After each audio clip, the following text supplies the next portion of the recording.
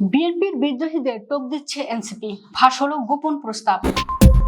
ত্রয়োদশ জাতীয় সংসদ নির্বাচনের ধুলাবালি উঠতে না উঠতেই দেশের রাজনীতিতে শুরু হয়েছে নতুন এক শিকারের খেলা।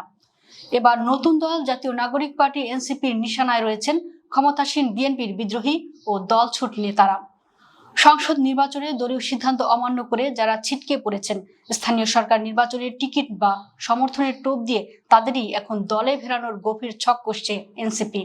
অন্যদিকে এই ভাঙা গড়ার খেলায় এনসিপিকে রুখতে সরকার পক্ষ থেকেও দেওয়া হয়েছিল এক লোভনীয় প্রস্তাব, তবে তা প্রত্যাখ্যান করেছে জুলাই গণঅভ্যুত্থানের রূপকারদের এই দল।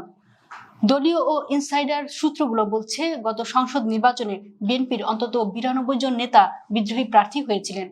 দল থেকে তাদের এবং তাদের পক্ষের প্রায় 3000 নেতা কর্মীকে আজীবনের জন্য বহিষ্কার করা হয়।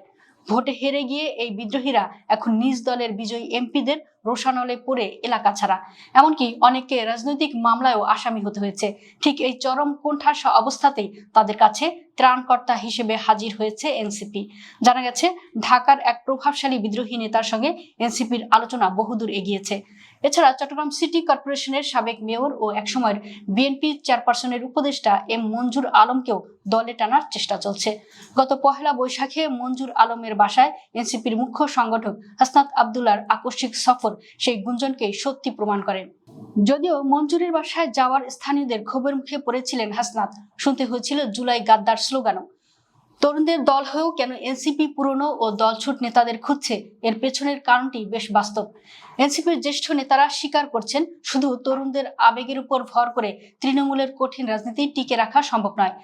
জীবিকার তাগিদে তরুণরা সার্বক্ষণিক রাজনীতি করতে পারেন না।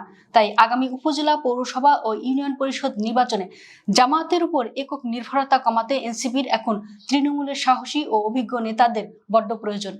এনসিপির সদস্য সচিব আখতার হোসেন জানান, চাঁদাবাজ ও সন্ত্রাসীদের জায়গা এনসিপিতে নেই, তবে যারা পুরনো বন্দোবস্ত ভেঙে সংস্কার চান তাদের জন্য এনসিপির দরজা সবসময় খোলা। রাজনীতির অন্দরমহলের সবচেয়ে বড় খবর হলো, এনসিপির এই উত্থান ঠেকাতে সরকার তথা বিএনপির উচ্চ পর্যায় থেকেও একটি গোপন প্রস্তাব দেওয়া হয়েছিল। প্রস্তাবটি ছিল, এনসিপি যদি জামায়াতে ইসলামের সঙ্গ ছাড়ে তবে সরকার তাদের সার্বিক সহযোগিতা করবে। কিন্তু এনসিপির নীতি নির্ধারকরা সেই টোপ গিলেনি। তারা সাফ জানিয়ে দিয়েছেন, সরকারের লেজুর ভিত্তি করে অতীতে কোনো রাজনৈতিক দল এদেশে দাঁড়াতে পারেনি। তাই আগামী 5 বছর রাজপথে কড়া বিরোধী দলের ভূমিকাতেই থাকতে চায় এনসিপি।